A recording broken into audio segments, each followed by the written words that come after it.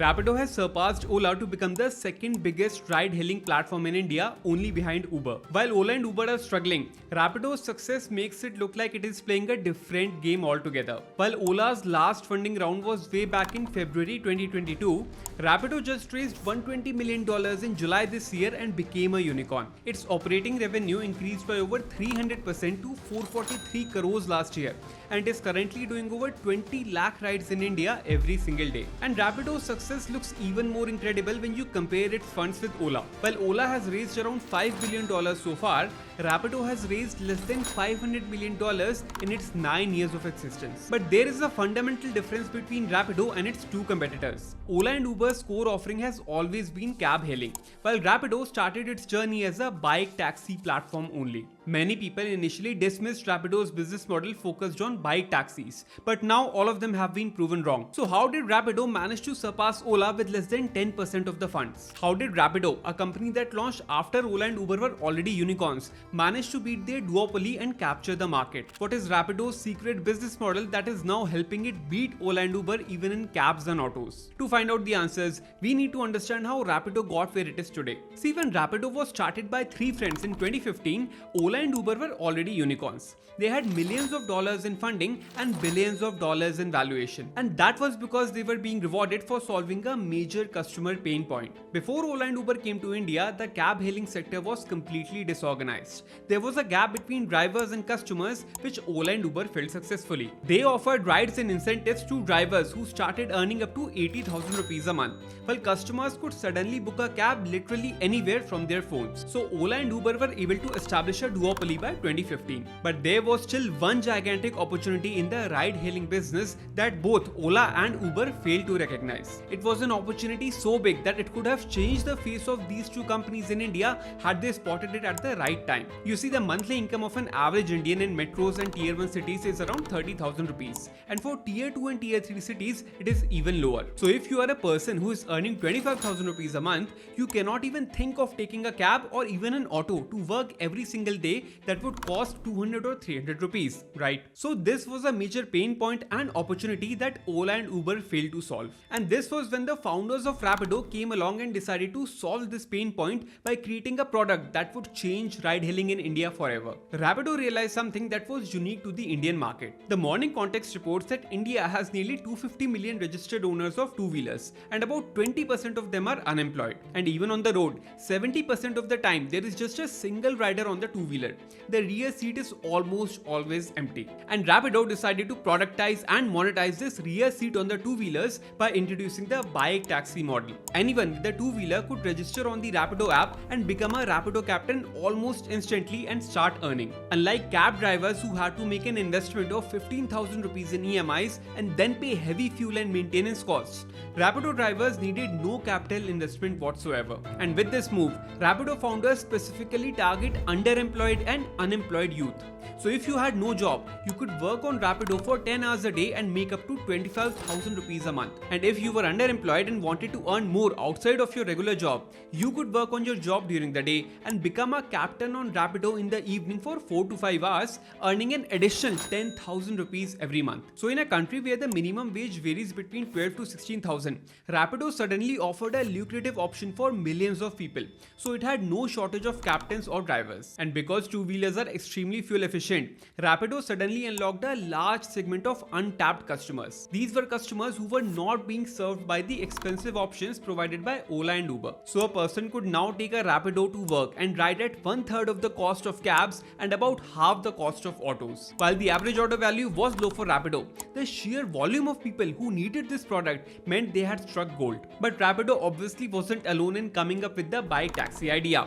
There were several other bike taxi startups like Baxi and HeyBob whose websites are no longer functioning. So why did Rapido succeed while others failed? Well, one of the reasons was that the founders managed to stay undercapitalized initially. They intentionally did not raise a lot of funding. Now you might say that it's a stupid move.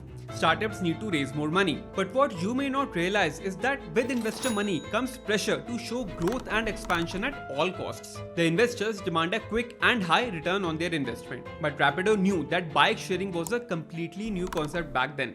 So it focused on building awareness and making the perfect product with the right unit economics. And it was quite similar to what DMart did. DMart opened just 3 stores in its first year of operation. And even after 10 years, it only had 29 stores in just 2 states, Maharashtra and Gujarat. It was only after Radhakishan Damani had figured out the right business model that he started expanding aggressively. DMart has 365 stores across 12 states today. Big Bazaar, on the other hand, opened 3 stores in just 22 days. It has 0 stores across 0 states today. So if you do not get the unit economics right, then the problems and losses compound as you grow. If you are in a debt of 10 crores with one store, then it will likely become 1000 crores if you open 100 stores. So Rapido adopted the same strategy. For several years, it did not expand beyond Bengaluru and had a small presence in Gurgaon. It was only after they were confident in their product that they started expanding to other cities. And then they started vertical expansion as well, adding autos in October 2020. And finally, almost 8 years after starting operations, Rapido entered the turfs of the giants last year. It now started offering cabs as well, directly competing with Ola and Uber. And even here, they were able to outsmart Ola and Uber with a brand new business model. See, Ola and Uber charge a fixed commission for drivers. This commission can be as high as 40%. So if Uber is charging you 1000 rupees, the driver keeps only 600 rupees from that ride. But when Rapido launched its cab services, it came forward with a subscription-based model. In this model, the cab driver has to pay a fixed subscription fee of 500 rupees if his earnings exceed 10,000 rupees in a month. But then that's it. After that, 100% of earnings from the rides go to the driver with 0 commissions. For autos, they have a slightly different model where drivers pay a fixed cost per day for unlimited rides. So the auto driver pays 25 rupees per day and then he gets unlimited rides and 0 commissions. And you may not realize this, but this is an absolute masterstroke. This subscription model incentivizes the drivers. After paying the fixed fee, the more rides a driver does, the more he earns. So similar to how you want to eat as much as possible at a buffet restaurant, drivers want to drive as much as possible every single day. It becomes a win-win situation because not only do the drivers earn more, but the availability of drivers on Rapido also becomes high with shorter wait times for customers. And you will never have a Rapido driver ask you to cancel the ride on the app and directly pay him. He is incentivized to drive more on the app, not less. And then there is also a psychological benefit. Drivers no longer perceive that they are constantly losing a part of their earnings in commissions to Rapido, unlike Ola. And there is more satisfaction and less resentment. But the genius of this move does not end here. With this model, Rapido is also saving 5% on every ride, and I'll explain how. You see, under the commission model, technically the entire amount goes to Ola or Uber, and it is liable to charge a 5% GST on that amount. So if you book an Uber for 1000 rupees, Uber deposits a GST of rupees 50 on that amount. But in the subscription model, Rapido says that we are not collecting the ride amount at all.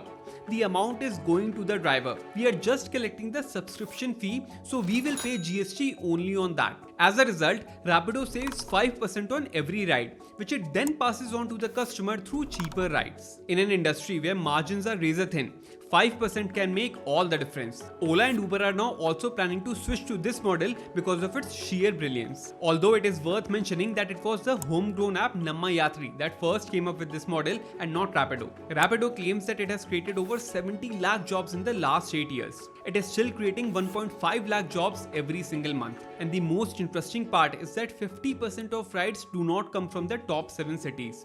They actually come from tier 2 and tier 3 cities. So if you want to go to a small city like Jorhat in Assam, you will find Rapido is one of the most used mobile apps. It is next only to leading e-com apps like Flipkart. So Rapido is creating employment while making rides cheaper in non-metro cities that need it the most. A farmer's son could work on the farm in the morning and evening and become a captain on Rapido for the rest of the time, potentially doubling his income. By the time Ola and Uber realized what was happening and launched their bike taxis, it was already too late. Rapido continues to hold over 60% of the share in bike taxis as it expands expands into autos and cabs. 50% of their monthly revenue comes from autos now, 10% from cabs, while the remaining comes from bike taxis. The bike taxi penetration in Indonesia, where apps like Grab and Gojek are popular, is 70 to 80%, while in India it is just 10%. And Rapido currently does about 2 million rides a day, while China's largest ride-hailing player Didi does 30 million rides per day. So you can imagine the kind of growth opportunities that exist in this segment. Now, whether Rapido will be able to grow sustainably remains to be seen. They tripled their revenue last year, but their losses also increased by 54% to 675 crores. But Rapido knows that its profit margins are razor thin, and frugality is ingrained in the company's DNA. When other startups launch in a new city, a full team goes on first-class flights with stays in 5-star hotels. By the time they launch, 50 lakh rupees or even more are already burnt. But when Rapido launches in a new city, they rent a small house. The ground floor becomes the office and the first floor becomes the guest house where employees live. The Morning Context reported that when its founder Arvind goes from Bangalore to Hyderabad, he takes a bus. That is how frugal they are. If you want to launch your own D2C store, check out the link to my e-com masterclass in the description below. If you made it this far, subscribe here and follow me on LinkedIn and Instagram. The link is in the description below. Until I see you in the next video, goodbye.